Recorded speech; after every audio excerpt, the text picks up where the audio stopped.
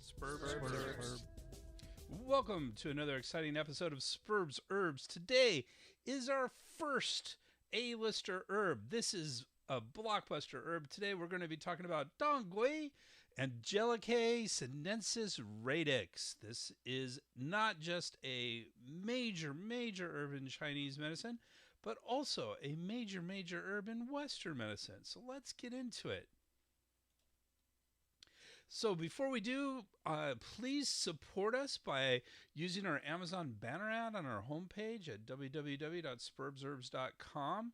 So anytime you go over to Amazon, if you click there first, we'll get a few pennies, and that will help support us as we're doing this. So thank you. If you are an acupuncturist, this podcast, as well as others, are approved for CAB-CEUs and NCCAOM PDAs. That's California Acupuncture Board Continuing Education Units and National Certification Commission of Acupuncture and Oriental Medicine professional development activities at a reasonable cost at www.integrativemedicinecouncil.org. That's integrativemedicinecouncil.org. We are looking for sponsors for our podcasts. If you are looking for effective, super targeted, personalized advertising with an excellent return on investment, check out the advertising section of our website. There was a big mountain on which grass and trees grew luxuriantly.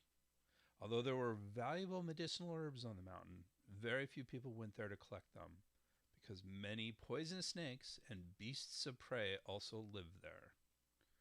Below the mountain, there was a village. One day, the young villagers were chatting together. "I am the bravest man in our village," said one. The others didn't believe him. "If you are the bravest, do you dare go up the mountain to gather medicinal herbs?" deliberately asked the others. "Who says I don't dare to? Wait until I return with the medicinal herbs that can cure your disease of cowardice." "That's enough of your boasting. If you are bitten by the poisonous snakes or the beasts of prey, we will have to search for the medicine for your recovery." But the young man didn't take back his boast. He swore that he would certainly go up the mountain to gather medicinal herbs. But when he got home and told his mother about it, she wouldn't consent to this. I have only one son, you. If anything should happen to you, our family might be childless," said his mother. "I have sworn my oath. If I don't go, I can't hold up my head in the village." "All right, but since you are engaged, you should get married before you go and see to it that you have a child to leave behind," said his mother after thinking it over. In this way, the son didn't go up the mountain for a while. As he couldn't bear to leave his bride, he never spoke of going up the mountain. Several months passed. The young villagers got together again, and they all criticized the bridegroom. "You should take back your words, you king of boasting." "Who boasts?" The young man was angry. "You, not me." "Have you forgotten your promise?" Like any other young person, he was concerned about saving face. How could he bear such words? He went home. "Please help me pack. I will go up the mountain tomorrow to gather medicinal herbs," he said to his wife. "I won't let you go." His wife threw herself into his arms, weeping. "I must be a man. I can't let others say that I can only love my wife." "But how can I live if you leave me alone here?" "I have talked it over with my mother. You can wait for me for 3 years. If I don't return by then, you may get remarried." The next day, the young man left his mother and his wife and climbed the mountain. His wife lived with her mother-in-law at home. 1 year passed. He didn't return. Then 2 years passed, with no news from him. His wife wept all day and developed a very serious women's disease because of sadness, worry, and deficiency of both qi and blood. When the 3rd year passed, he didn't appear either. "You have waited for him for 3 years. It seems that he will not return. Please return to your mother's family and get remarried," the old woman said to her daughter-in-law. At first the wife refused, and her mother-in-law urged her many times. Finally, she thought that her husband was probably dead, So she went to her mother's family and married another man. But a few days later, her first husband suddenly returned. It made a big stir in the whole village. When the villagers saw that he had gathered so many medicinal herbs, they all praised him for his bravery and skills. But when he returned to his home, he didn't find his wife there. He was very anxious. You made it clear beforehand. She waited for you for 3 years, and there was no news about you. So she has remarried now, said his mother. He was overcome with regret and hated himself for not coming back earlier. As he couldn't forget his wife, he sent a message to her that he wanted to meet her one more time. When his wife got the news that her former husband was still alive, she wept and wept. The die is cast. It does no good to regret it now. Please go meet him, since you two were once husband and wife. So did others persuade her. So they met each other. She was all tears. What a bitter life I have been living, waiting for you for 3 years. I look forward to seeing you day and night. You should have come back within 3 years, but you didn't. No word about you came to me. Now I regret that I have remarried, and I feel as if a knife were piercing my heart, said the woman. Don't be grieved. You are not to blame. It's all my fault. While I was up in the mountain, I dug up a lot of valuable and rare medicinal herbs. I stayed longer because I wanted to collect more and bring them back so I could buy a few suits of clothes for you after I had sold them. I wish you a happy life in the future, said the young man, sighing. Then he went away. The woman had already been ill. How could she bear this? She fell down. After a while, when she noticed the young man had left some medicinal herbs behind, and she thought that if she recklessly ate some, they might be poison and would kill her, she took some herbal roots that she didn't recognize and ate them mouthful by mouthful. But she was not poisoned. A few days later, her pale face became a healthy red, and her women's disease was completely cured. How did you cure your disease? She was asked. In answer, she showed people the medicinal herb that had been gathered by her former husband. My illness has been cured only because I have eaten this, she said. So people remembered that this medicinal herb could particularly cure women's diseases. Later, some people planted it and named it Dongui, meaning that one should return in time. This is a story to let people remember that when a husband should return and doesn't, his wife will be forced to marry someone else. So that is a story from Herbal Legends of Chinese Medicine. And it explains a lot about the functions of the herbs, and also the translation, which is translated as should return, or one of the things that is translated as is should return. So that's what Dongui means. And they're both first tone, by the way, Dongui. And that story is actually a very traditional story around this, and you can hear this, or people are familiar with this who are familiar with this herb. So I said should return is an English translation of this. Very similar other translations include state of return or ought to return. So very similar. As I mentioned earlier, this is an Angelica sinensis radix. That is the Latin name for this, Angelica sinensis. It is important that we actually have the species name here. Sometimes when it comes to Chinese herbs, we'll just put the genus name. And that actually is okay, because they'll find that lots of different species under a given genus may actually be medicinal and may have similar functions as together as a genus. But in the case of Angelica, there are several different species that have very different herbal functions. So keeping track of the species name is actually important. So this is Angelica sinensis. A local variant in certain parts of China is Dong, that's D-O-N-G, rather than Dong, which is D-A-N-G.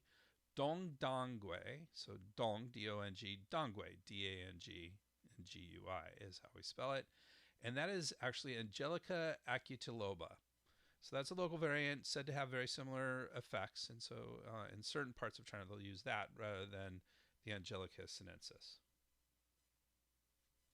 Now, other names you may have heard this by. Now, pronouncing a lot of this is difficult. I'm going to pronounce two here. I'm not going to pronounce two because they actually both sound exactly the same as what I've been saying. Dongui, Danggui. However, they're spelled completely differently. So one is spelled Tangquei, and some people will pronounce this Tangkui, but that's not correct. The actual pronunciation is Dongui. Why is that so different? And let me go with the other one before we get this. Sometimes you'll see this written as Dongquai instead of Dongui. And where these came up is because they use different systems for translating the Chinese words into English letters, into the Roman alpha, the Roman letters. And so Tangquei. Now, I'm not an expert on language, so don't quote me on this, but that looks a lot like Wade-Giles system. And it's the same thing if you see Tao, for Tao, and some people will pronounce that Tao. That's actually pronounced Dao. So it's the same thing here. The T is pronounced as a D. And K is often sounds like a G sound when it comes to Wade-Giles. So I know that there's one of the martial arts that I've studied is called Bagua, and it's actually spelled P-A rather than B-A, P-A Q-U-A. And so, K-U-A. I'm sorry, I'm getting my K's and my Q's mixed up. K-U-A, and that's actually pronounced Bagua. So very different than the way it's actually written. Same thing here with the T and the K here. Dongui, this is pronounced exactly the same, but it's spelled Tangquei. And then same with the other one. Again, you'll see sometimes it's called, it's pronounced Dongqui or Dongkue. But again, it's Dongui. It's exactly the same pronunciation as we've been doing, and that's spelled Dongquai. So these are same pronunciation, different romanization of the Chinese words. You also see it called Chinese Angelica root, or just Angelica root, which to me is not specific enough. Though a lot of the other Angelicas that we use for medicines, no, some of them are roots. So I'm going to back this off. In Japanese, again, I don't speak Japanese, so I don't know how this is supposed to be, but Toki, so I'm going to say Toki. And in Korean, it's Dang, so the same first four letters, and Gwi, so Donggui, I guess. So very similar to Dongui, but that's Korean. And then sometimes it's also called Shigui or Gongui, Gon meaning dried gui. Gon means dry. So those are all different names for the same thing. Generally, the dosage on this is around 4.5 to 5 grams. Different sources said 4.5 to 5 grams or 5 grams, up to 15 grams dosage. So this can be actually dosed at a relatively high dose, and so up to 15 grams.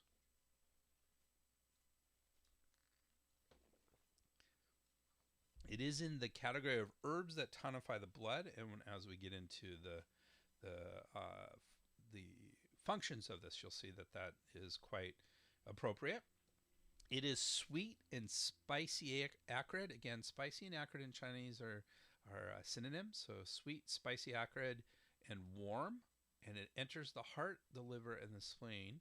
If you know a little bit about Chinese medicine, you know that the heart, the liver, and the spleen are all involved with the blood. Obviously, the heart pumps the blood around. The liver will store the blood. And the spleen is actually where it's produced from a Chinese perspective. So the spleen is important in that context as well.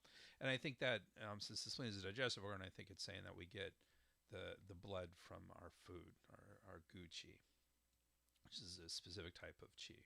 We'll get into qi a lot in one of these episodes. There is a very clear source for the first written mention of this herb, and it's a fascinating source, and it's an important source. And it's in the Divine Farmers Materia Medica is where it's first talked about. In Chinese, this is the Shenang Bensao Jing, Shenang is often translated as divine farmer, and this is one of the I like the word. I was going to say gods of Chinese history, but I like the word deity better than gods, so it doesn't kind of give the same connotations as a Christian word God. So and here's it's Shen, which means is often translated as spirit or something along those lines. Here it's translated as divine, and Nong means farmer, so divine farmer. Ben Sao Jing, Ben means root, Sao means grass. So we'll often in Chinese medicine, they will combine two words to kind of mean something similar but different. So Ben Sao together in this context, especially with the word Jing. Jing just means a classic, an old book, a book of importance. So that's Jing. So Ben Sao Jing altogether is translated here as materia medica, which is Latin for medical materials.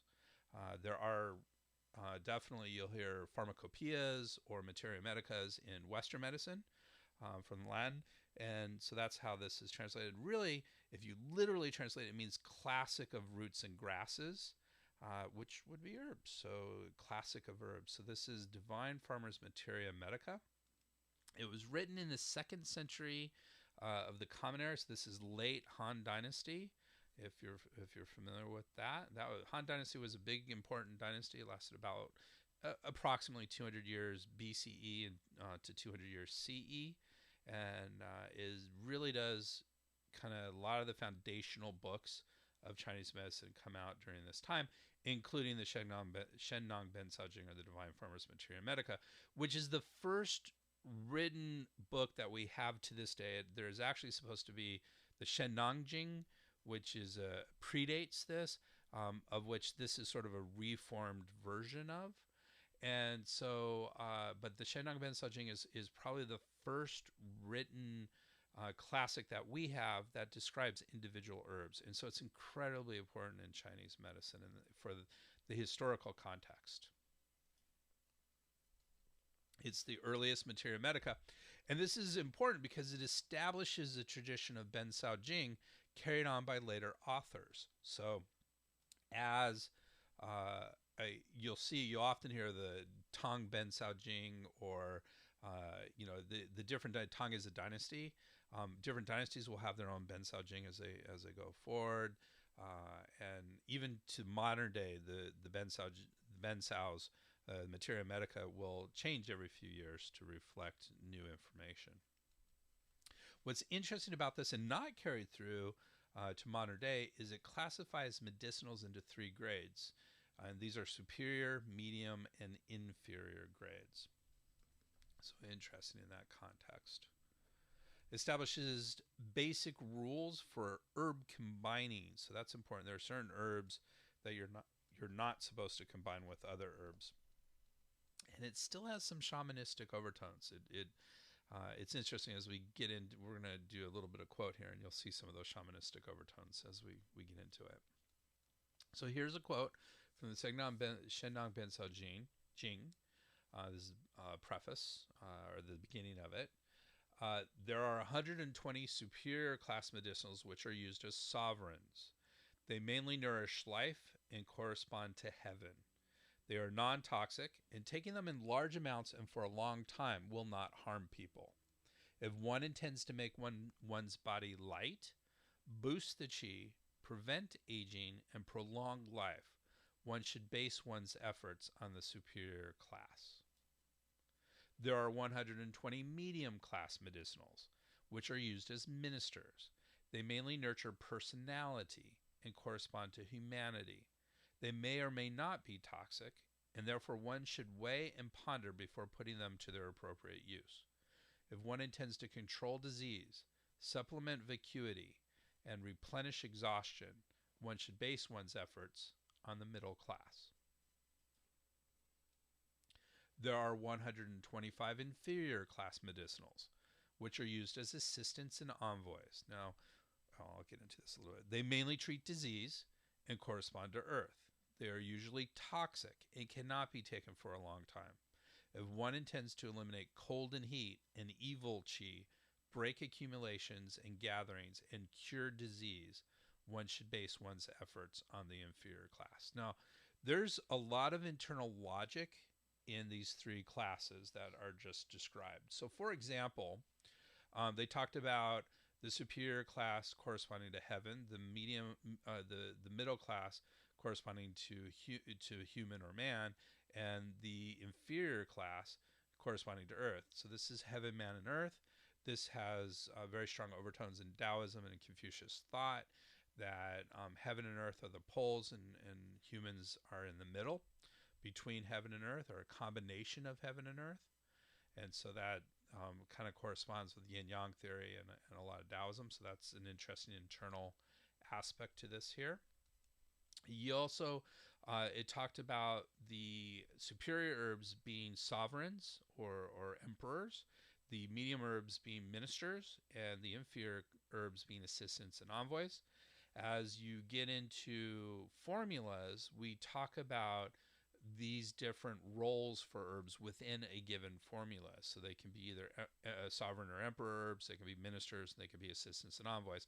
And these roles are very Confucianist in their origin, and reflect, you know, this idea of the Chinese that the way things are in heaven are the way things are manifested by man, and the way things are appear in earth. And so the idea is that the government appears this way amongst men, so therefore heaven is run in the same way and earth is run in the same way, not because men are doing, but because men are reflecting what's happening in heaven.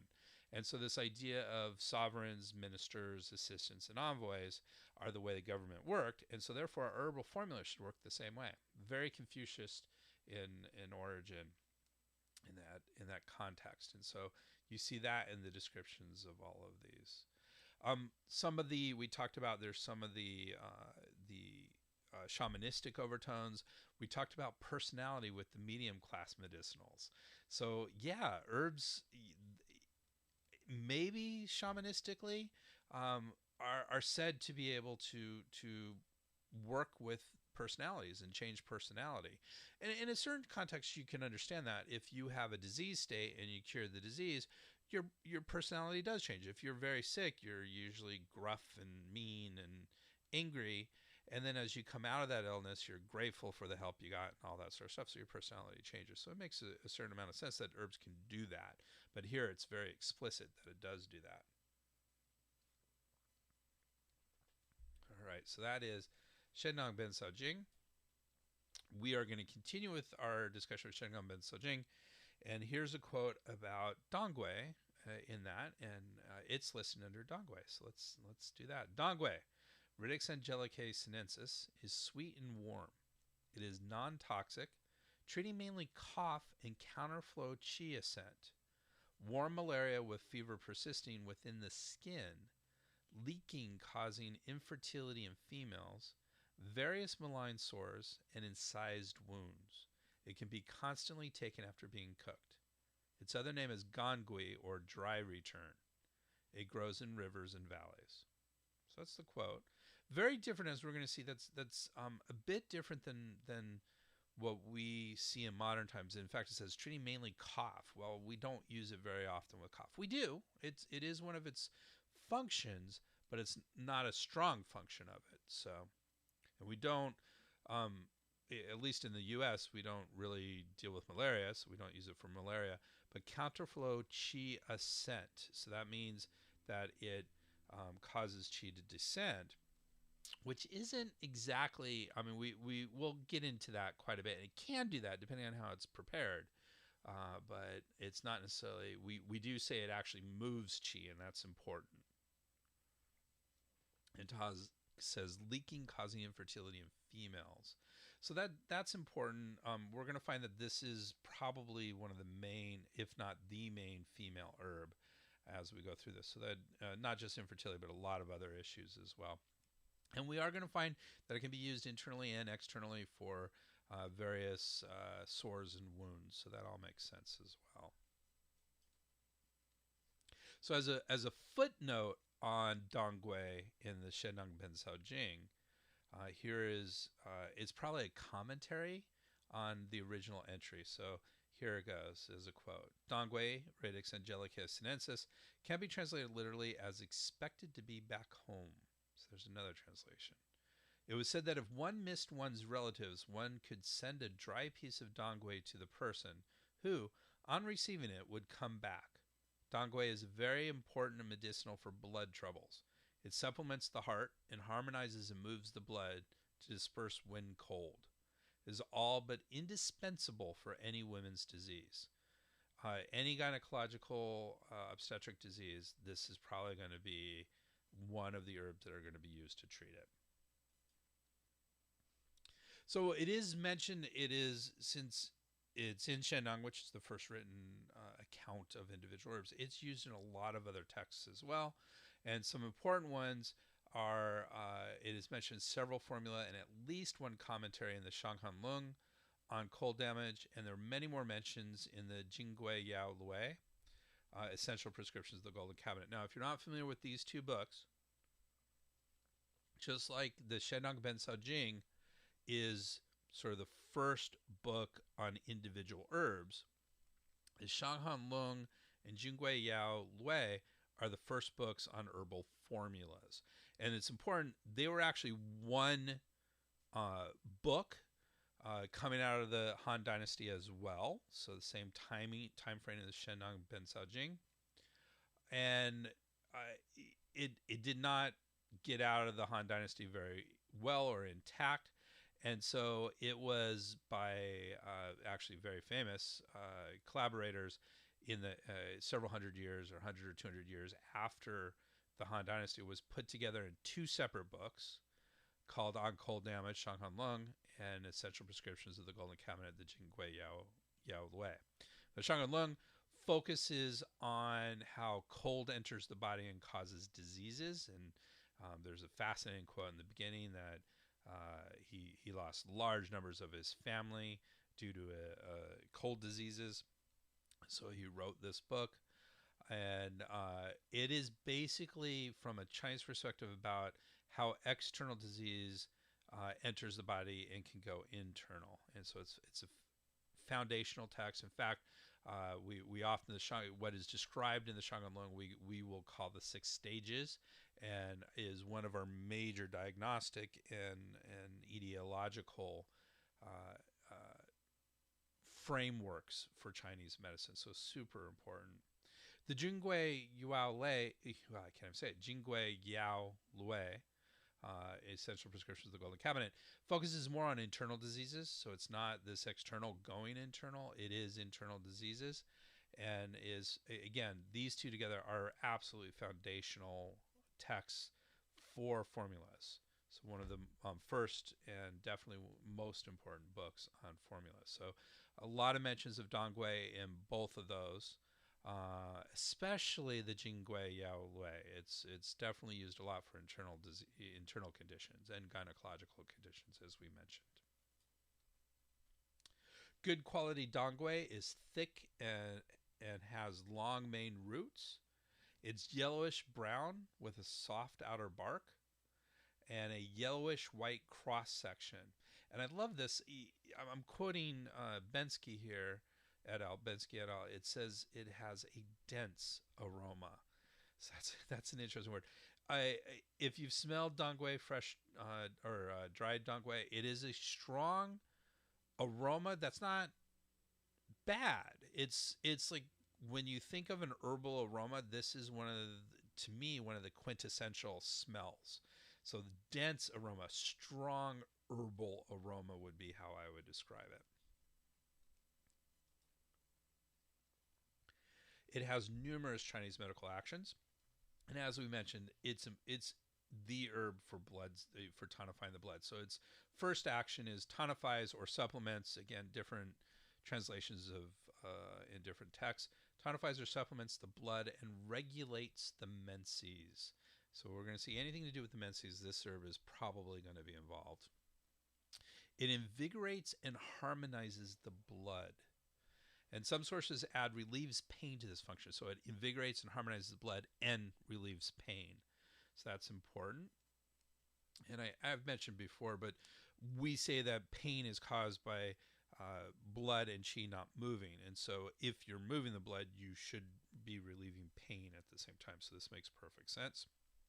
It disperses cold. So we've said that it is warming in nature, so this disperses cold. It moistens the intestines and unblocks the bowels. So we'll see that this function in a lot of things with oils that have oils involved with them. And dongui, good quality dongui, is a little bit slightly oily, so that makes sense. So it moistens the intestines and blocks the bowels.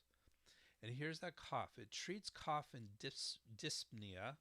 One of my favorite words that I can never quite pronounce properly, dyspnea, which basically means difficulty breathing. It's the medical term for difficulty breathing. So it treats cough and dyspnea, but it is relatively weak with this function. In other words, it's not used. It can be used in conjunction with other herbs, but alone it would not be used to treat cough and dyspnea.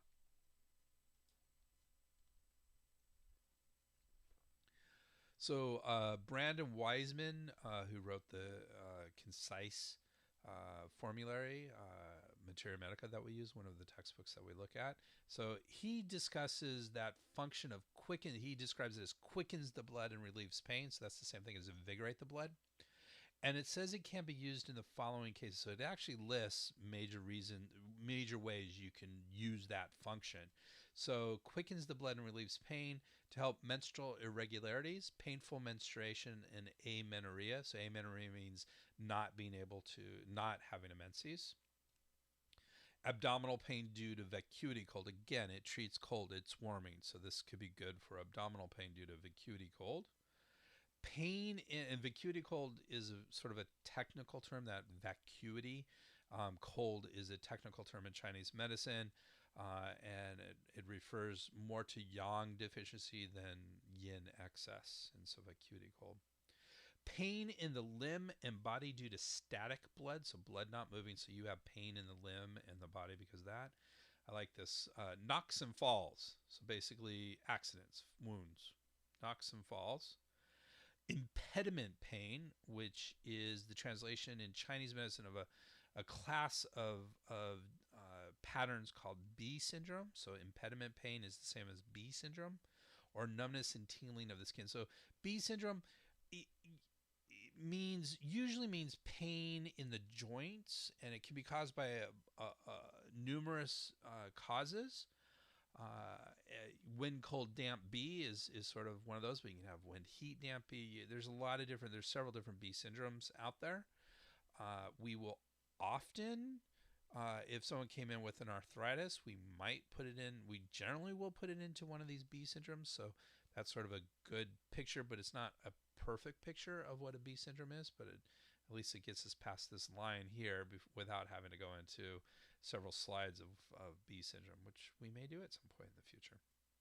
And finally, that quickens the blood and relieves pain. In Brandon Wiseman's book, it can also help welling and flat abscesses. So these are flat abscesses or welling or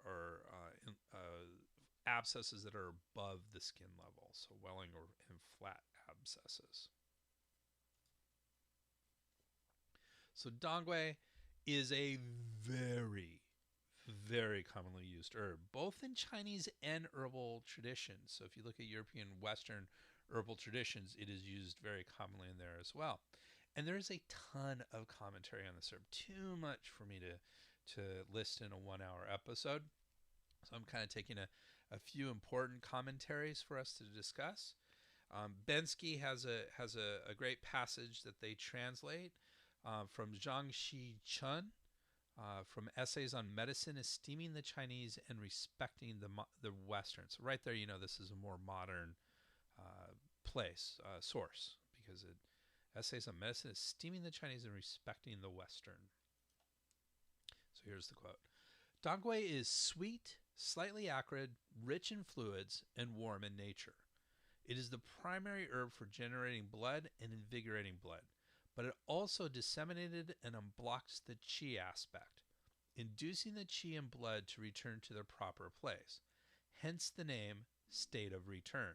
Again, we bring in, that's dongui. So the name state of return, it comes back. Its power can raise because it is strong and steady in action and warm. It can direct downward because its flavor is rich and acrid. Internally, it moistens the organs because of its concentrated fluids and sweetness. Externally, it thrusts out to the muscle layer because of its acrid, warm nature. Although Angelica sinensis radix, Dongui, is warm, it can still be used if there is heat with blood deficiency because as it can generate blood, it enriches yin, and by enriching yin, it can reduce heat. Although its exterior dispersing property is rather weak, it actually excels at expelling wind because wind contracts the body. It tends to cause painful obstruction of blood, and blood, once invigorated, unblocks the area of obstruction so that wind naturally departs. End of quote. Also in Bensky, another commentary. When the blood is sufficient and moves harmoniously, the qi will also circulate properly. The Gram Materia Medica therefore calls this herb for the qi within the blood. Proper movement of both qi and blood eliminates pain, expels wind, restores normal menstrual flow, assists healing, and moistens the dryness. The type of dryness it particularly addresses is that in the intestines causing constipation. It moistens dryness and lubricates the intestines. So those are a couple commentaries. There's so much out there in the literature on this herb. So generally, when we've been talking about Dongui, we've been talking about the whole herb and the whole root. So different parts of the root are said to have slightly different functions. So the head, without the lateral roots, is also known as Dongui to meaning head. So Dongui to is the most tonifying part, but less effective in moving the blood, and it moves upward. The fine lateral roots, known as the tail or Dongui wei, so it's Dongui and wei, W-E-I, wei, is the least tonifying but the most moving, and it moves outward. The body, or Dongui Shen, is said to be slightly more tonifying than invigorating. So those are the three parts. So we have the head, the tail, and the body. So generally today, the whole root is prescribed with the exception of occasional use of the tail. So the Dongui Wei. We generally do not break down the Dongui Shen, the body, or Dongui To, the head, though sometimes we'll do Dongui Wei. But generally, we do the whole herb when we use this, the whole root when we use this herb. There are many preparations, and these preparations can change the effects of it. So for example, we can dry fry it. And when it's dry fried, it retains its moving and tonifying properties, but minimizes its intestine moistening. So the idea there is that when you dry fry it, you dry it up a little bit so it's not as moistening to the intestines and doesn't help move the stools if it's dry fried. And it's good for gynecological patients with diarrhea. If someone has diarrhea, you don't want to give them Dongui because that will cause the diarrhea to get worse. This is a great preparation to prevent that. It can be wine fried. Slightly stronger intestine moistening and greatly enhanced blood invigoration. So still can tonify the blood, but the blood invigoration is even more. It can be earth fried. And this is good for tonifying the blood in patients with loose stools or diarrhea. Again, it kind of takes out some of that moistening stuff. It can be vinegar fried. Better for entering the liver and for restraining bleeding. And useful, it says it's useful for nosebleeds. So that is an interesting one. For external conditions, often made into a paste and applied externally. And it is often steeped in liquor. So you will put this in grain liquor or whatever. We're told in the West to use vodka because it's a relatively neutral alcohol, but you can use other, traditionally rice wine might have been used. And there are herbs that there are bottles you can get over the counter that really all it is Dongui and liquor, and it has medicinal purposes so that it can be and is often steeped in liquor. Can be used in a few combinations. Again, the combinations are too numerous to have them all here, but I have a few primary ones or sort of highlighted ones.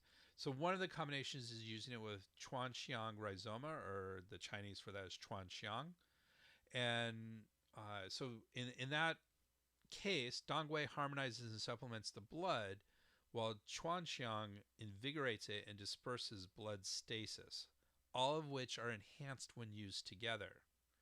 So Dongui balances the spicy dryness of Chuanxiang, while Chuanxiang reduces adverse effects from the greasy nature of Dongui. So Chuanxiang can be very drying, and so that it can be very helpful. Another herb that we can use with this is Cyperi rhizoma, or xiangfu. This xiangfu moves the qi in the blood and relieves constraint.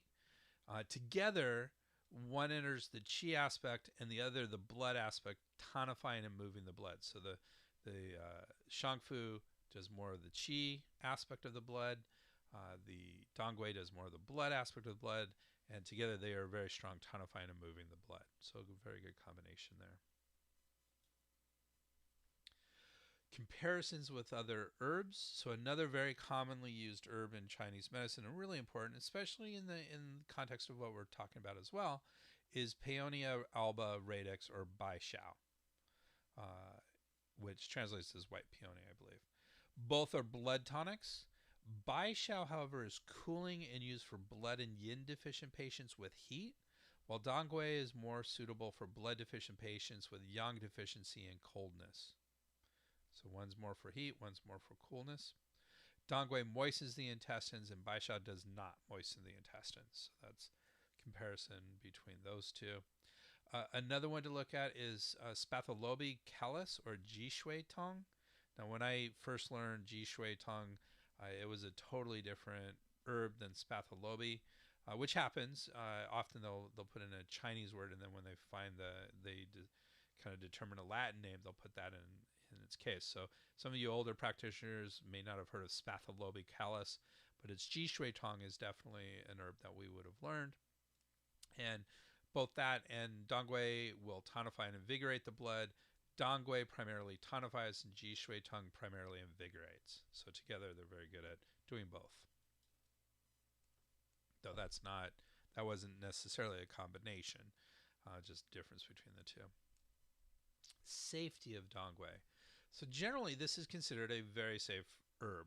The American Herbal Products Association's Botanical Safety Handbook, which is a great large text on herbs, rates it as safety class 1, their highest safety rating, meaning it can be safely consumed when used appropriately. So that is good. Very safe in general. We'll quantify that safety in just a little bit. So the science behind it. This is absolutely one of the most heavily researched herbs around, and there are a lot of small studies with numerous claims. Way too much for us to talk about here. We will therefore focus on larger and meta-studies. If you're not familiar with meta-studies, I talk a lot about meta-studies. Meta-studies are studies that look at other studies. In other words, they can combine a bunch of smaller studies into a larger study, and hopefully we'll have more evidence to prove or disprove a given hypothesis. So looking at meta-studies is very high-level evidence in general. So Chen and Chen, who wrote one of our translations of the Materia Medica, state that it is antiplatelet, so it actually prevents platelets. Platelets are important in coagulation, so it can stop the clotting process. It is immunostimulant, which means it helps the immune system. It is hepatoprotective, it protects the liver. It is antibiotic, so it treats bacteria. Analgesic, it helps pain. Anti-inflammatory, and it affects the uterus and the cardiovascular and respiratory systems. There were several Cochrane reviews that came up on a search for Dongui, which, believe me, is very unusual when you put an herb into the Cochrane review. They are not publicly available, and in general, their abstracts discuss Chinese herbal medicine in general without details of formulas or individual herbs in the reviews, at least not in the abstracts. So it's difficult for me to determine whether or not dongui was specifically in these reviews. But based on the conditions that were listed there and the fact that when I put in dongui, these reviews came up, we would reasonably expect that these include dongui. But the reason why I'm going into this is none of them were specific about dongui. They were all about formulas, which is how Chinese would use dongui in general. So we need to keep that in context when we're talking about some of these studies. They found Chinese herbal medicine was potentially helpful in endometriosis, promising though limited evidence in treating dysmenorrhea. Dysmenorrhea means painful menses, and often corresponds with premenstrual syndrome. Low to moderate level evidence of benefit in vascular dementia. So that's an interesting one. And low to moderate level of evidence is actually about as strong as it gets in the Cochrane reviews for herbs. It may offer help in treating the side effects of chemotherapy in breast cancer patients. And there were some small studies that even showed possible benefit in schizophrenia. So that's an interesting one. This is not an herb in Chinese medicine that we'd go to for schizophrenia, though I could see it being used in a lot of formulas that we would use that might treat schizophrenia, but it isn't specific to that.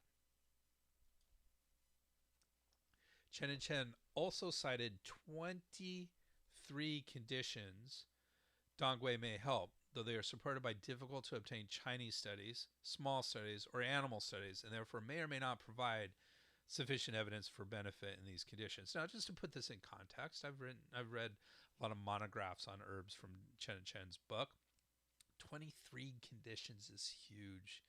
Usually they'll have a list of 4 or 5. So having 23 conditions just shows how much this has been researched and all that. They weren't strong. You know, there was nothing that popped out and said, okay, that's a really good study or that's helpful and I should mention it. And like I said, they're small, they're animal studies, they're difficult to obtain, they're in Chinese. So difficult for me to sit here and say, yes, this is one of those. But it's just indicative of how widespread, how many different problems dongui can actually help with. So it's the contents of dongui, what the constituents of dongui contains many essential volatile oils, ferulic acid, Z-ligustolide, butylidenophthalide. All right, this is a hard one. Butylidenophthalide and various polysaccharides. Ferulic acid appears to be amongst the most bioactive of these and has anti-inflammatory and immunostimulatory effects. The Z-ligustolide has anti-inflammatory, anti-cancer, neuro, and hepatoprotective effects. So neuroprotective, in other words, it helps the nerves, and hepatoprotective means it helps the liver effects. That's an interesting compound. And then N-butylidenophthalide, it's a hard one because it's an NEPHTHAL phthalate. So it's butylidenophthalide, all in one word, exerts anti-inflammatory, anti-cancer, and anti-cardiovascular effects. It should probably say, rather than anti-cardiovascular effects, anti-cardiovascular effects. It helps the cardiovascular system. So when we start to talk about drug interactions, there are several important concerns when it comes to dongui. And actually, I have a lecture on the 9 herbs to be worried about, and the 10 herbs to be worried about, and the 9 drugs to be worried about. And this is ranked number 9 out of those 10 herbs to be worried about. So it's up there. This is definitely has some potential drug-herb interactions at several different levels. Though, when it comes to specific drugs and what have you, it's all speculative. So it's difficult. But let's talk about some of this. So dongui may inhibit CYP1A2 and 3A4. So CYP is cytochrome P450. 3A4 is used anywhere between 40 and 60% of drugs for metabolism. So the fact that it inhibits 3A4 means that other drugs taken while taking dongui may not be metabolized as quickly as they normally would, which means they quite possibly can hang out in the body longer and have more extended effects than expected. It may also inhibit P-glycoprotein. It may also inhibit P-glycoprotein. This is a target of drug-drug interactions. So the fact that it may inhibit PGP, which is short for P-glycoprotein, is indicative of some potential drug-herb interactions here. So definitely something to be considered about. So it may potentiate anticoagulant and antiplatelet effects and should be used with caution in patients taking anticoagulant, antiplatelet agents, thrombolytic agents, and low molecular weight heparins. And there's level C evidence to this, so it usually indicates that there was some case studies that showed this. Not a trial, but some individuals may have seen some evidence that when taking on dongui, it interfered with some of these potential drugs. So definitely a concern, especially with those drugs. It may increase the muscle relaxant and central nervous system depression of benzodiazepines. So that's an important one. So it may interfere a bit with benzodiazepines. Level D evidence on that, so which means there's not strong evidence in that it wasn't in humans, either an expert opinion or animals or something along those lines. By the way, going back to mentioning animals, I said that dongui may inhibit cytochrome P451A2 and 3A4. There was one study that mentioned that 2D6 was inhibited in rats. So I didn't include that here because we don't generally include I don't generally include animal research in this. It cuts down a lot of the research that I have to talk about, and is a relatively useful way to parse this. But just to mention, CYP2D6 is a possibility of interactions as well, inhibition from cytochrome P450. So I always want to talk about this because it's been suggested that it might have phytoestrogen content. So phytoestrogen are estrogens that are in plants. So phytoestrogen content is an important concern for some people, especially those who have estrogen receptor positive breast cancer. So this is an important question. So one rat study did show significant estrogenic changes. Another in vitro research. So rat study means in rats, of course. In vitro means in test tubes, in glass. Researches little or no estrogen activity at all. So there's some mixtures there. Generally, animal studies would be more significant than in vitro studies, but we're not rats. So animal studies may point to something in humans, but does not prove anything in humans at all. However, and this is an important one, a double-blinded, randomly controlled trial. So this is the granddaddy of trials. Is we want our trials to be double-blinded and randomly controlled. That is the gold standard of a trial, a clinical trial. The next question is how many people were in this, and I don't remember off the top of my head, but it certainly was into the statistically valid numbers, but not huge numbers of subjects in this trial. And it showed no estrogen-like effects in postmenopausal women. So there could be some phytoestrogen or some estrogen activity in premenopausal women, possibly. Not, I don't know how likely that is, but it's possible. So there is some controversy over whether or not dongui is phytoestrogenic. Phytoestrogenic means it actually has activities of estrogen. The preponderance of evidence at this time suggests that there is no estrogen-like activity. And so that is an important, and this is, look, I wrote an article on this years ago that came to the same conclusion. And I was looking through the American Herbal Products Association's book, which is a good reference for this sort of things, and they came basically to the same conclusion. So there's not, I don't think there's strong evidence of phytoestrogen content. That doesn't mean the evidence can't change, and other studies can come out and say there is. So I'm not saying there isn't any. I'm just saying the evidence doesn't support it at this point. That's how I would phrase this. The other drug-herb interaction here is it may treat liver damage caused by acetaminophen, or Tylenol is the brand name for that, by promoting hepatocyte generation. So hepatocyte means liver cell generation. So may treat liver damage caused by acetaminophen by promoting liver cell generation. So that's useful. That's a good drug-herb interaction. So what are some concerns? So as I mentioned earlier, this is quite safe, and I started to mention this LD50. So LD50 is the lethal dose that would kill 50% of the mice. So you give various doses to mice. When half of them keel over, that is the dose that is the LD50. So the LD50 in mice is 100 grams of dongui extract per kilogram injected. So that's absolutely huge LD50. Think about it. You have to be half the mice died when 1/10 of their weight was injected into them from dongui. That's really safe levels. Like, we would think about it in terms of humans.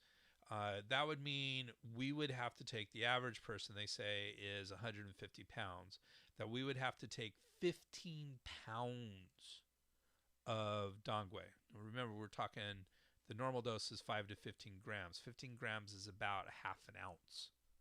So you would have to take hundreds more than the regular dosing of this before it would be lethal in half of us. So that's, again, mice aren't humans and all that, but that is a very high LD50, which is what you want. You want a very high LD50.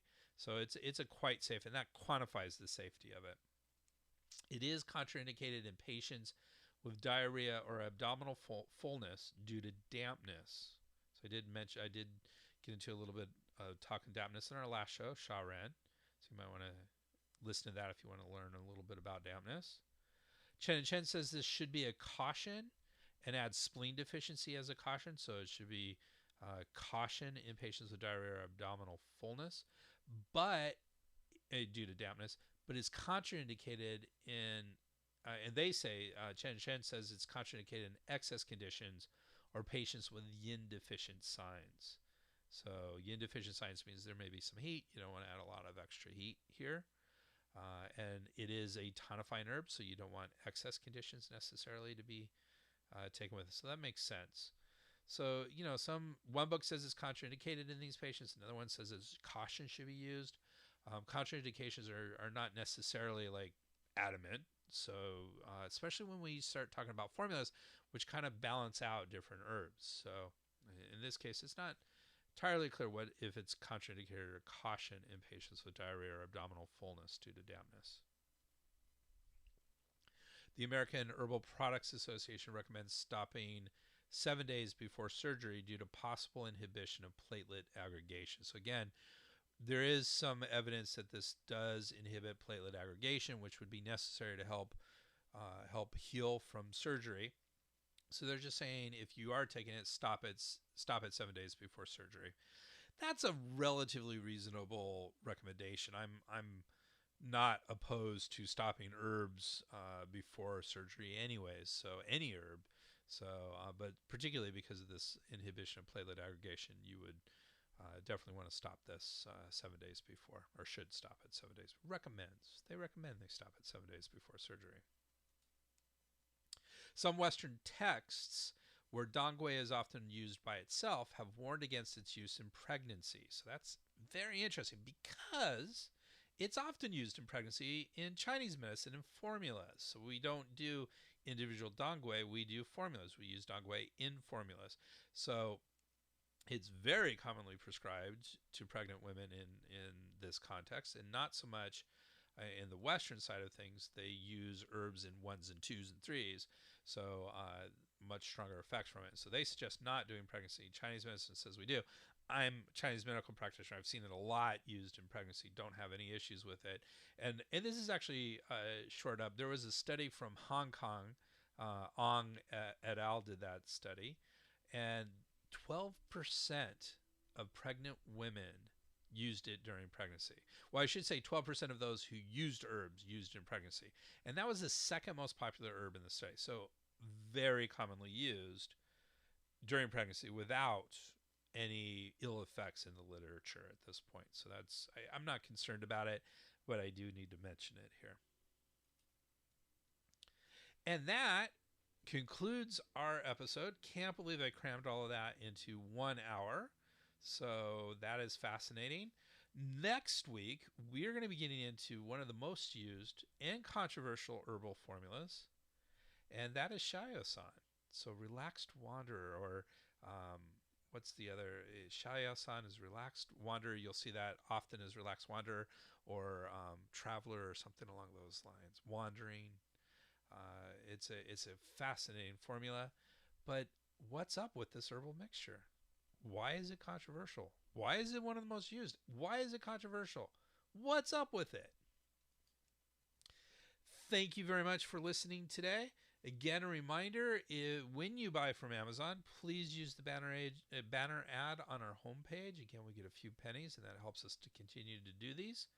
And you can always get in touch with me personally at Dr. Greg at spurbsherbs.com or at our website, www.spurbsherbs.com. So that's SPERBSHERBS.com. Thank you very much.